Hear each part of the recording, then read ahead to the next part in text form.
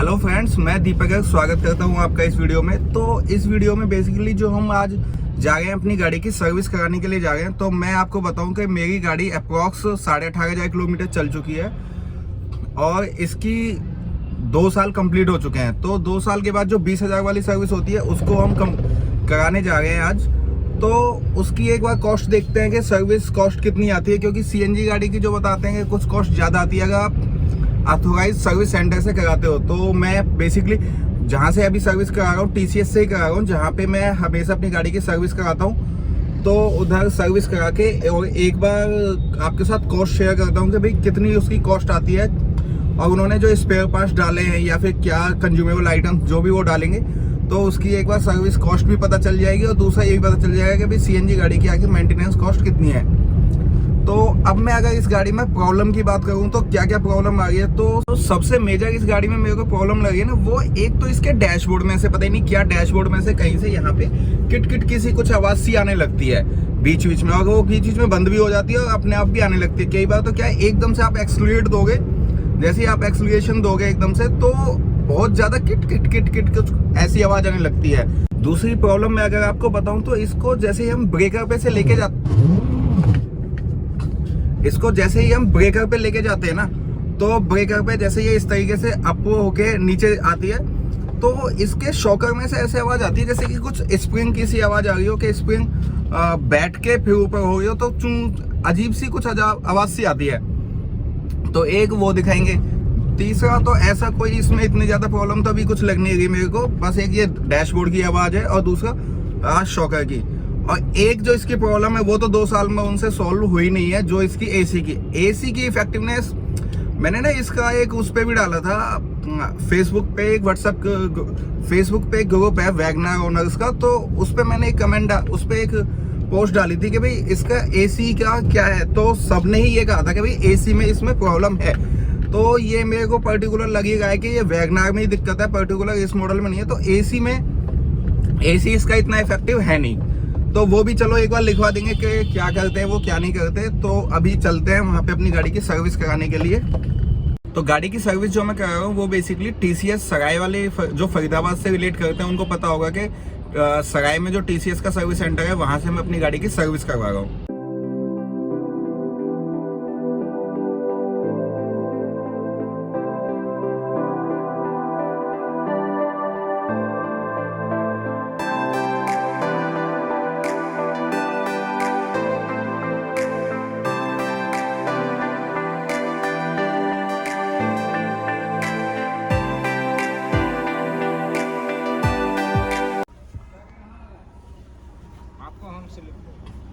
तो अब हम पहुंच गए हैं टीसीएस सर्विस सेंटर। तो यहाँ पे अब हम एडवाइजर से मिलते हैं और एक बार उससे बात करते हैं और उसको अपनी गाड़ी हैंड ओवर करते हैं सर्विस कराने के लिए। इसमें कितनी कॉस्ट आ जाएगी आपको सर्विस में? अभी लोग बता।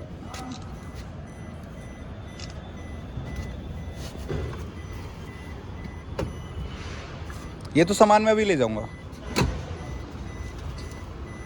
आपको मैं बता दूं, एक तो इसमें से रैटलिंग की नॉइस आ रही है, ठीक है, मतलब डैशबोर्ड में से। एक सस्पेंशन में से कुछ ना ऐसे करके जाते हैं ना, मतलब वो ब्रेकर के ऊपर से निकलती है, तो कई बार आती है चूं की सेवा, जैसे स्प्रिंग ना दब के एकदम से खुली हो, कुछ इस तरह की नॉइस आती है।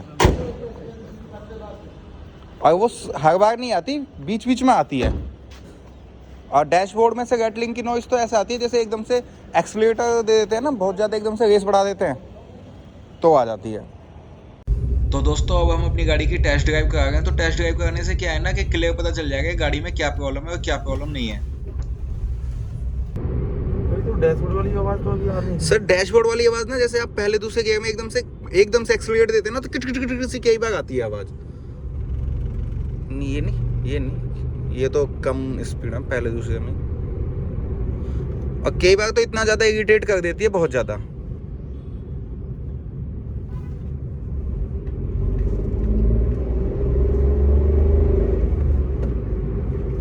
एक बार चेक कर लेना, आपको पता है वो कहाँ से आती है, तो वो आप टाइट करवाई देना फिर। उसमें कुछ नहीं, उसके नीचे जो फोम लगा होता है ना वो हाँ। जाता है कहीं बार। अच्छा, बाकी वो फोमिंग देख लूंगा, अगर नहीं होगा तो फोमिंग करवाऊंगा। तो ये क्या सभी में दिक्कत आ गई है? क्या दिक्कत आ गई है? नहीं आ रही है। हुआ क्या था, जब गाड़ी जब मैन्युफैक्चरिंग हुई थी ना, हाँ तो उस टाइम पे एसी डक लगा होता है। हाँ हाँ एसी डक के नीचे जो प्लास्टिक का जो उसके नीचे फोमिंग किया गया था। ओके तो कुछ गाड़ियों में क्या हुआ था ना, फोमिंग कुछ मतलब पतला सा हो गया था। अच्छा उसमें 2-3 तरीके का फोम आता है। ओके ओके तो ओके फोमिंग जो है तो कुछ कम हो गया था, जिसके कारण से कई गाड़ियों में क्या हुआ हाँ कि वो कुछ उसमें करना कुछ नहीं है, उसके नीचे जो फोम आता है, फॉर्म है फॉर्म एक फॉर्म और लगा देनी है, फॉर्मिंग पैड बेसिकली।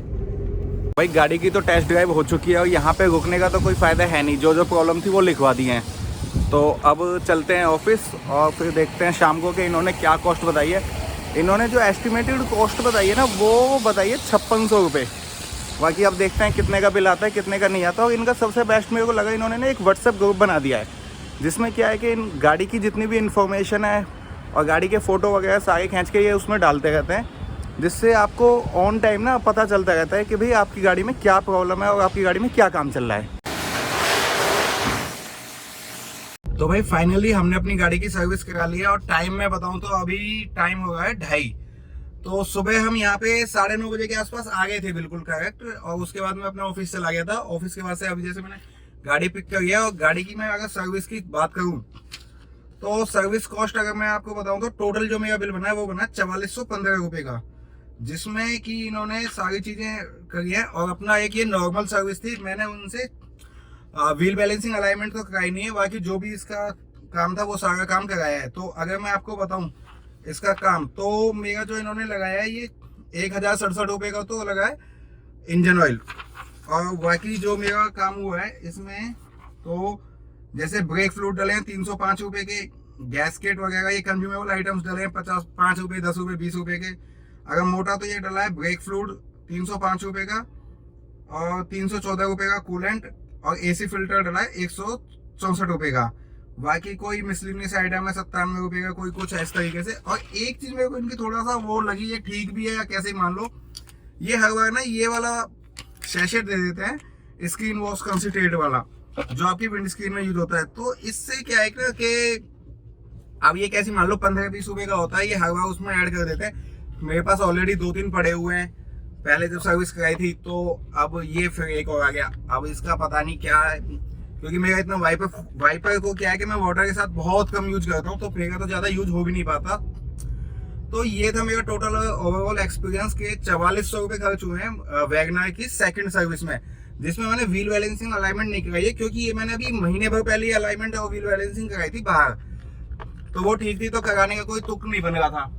तो और आपको गाड़ी के ओवरऑल बताऊं तो गाड़ी मैंने उसके बाद करीब ये 10-20 किलोमीटर ही चलाई है अभी, बाकी अभी तक तो ठीक है। और जो मैंने बताया था कि इस तरह की कोई नॉइस भी नहीं आ गया है। तो ये था टोटल ओवरऑल एक्सपीरियंस मेरा कि जो गाड़ी का सर्विस कॉस्ट थी, वो सर्विस कॉस्ट कितनी आती है 20,000 किलोमीटर वाली।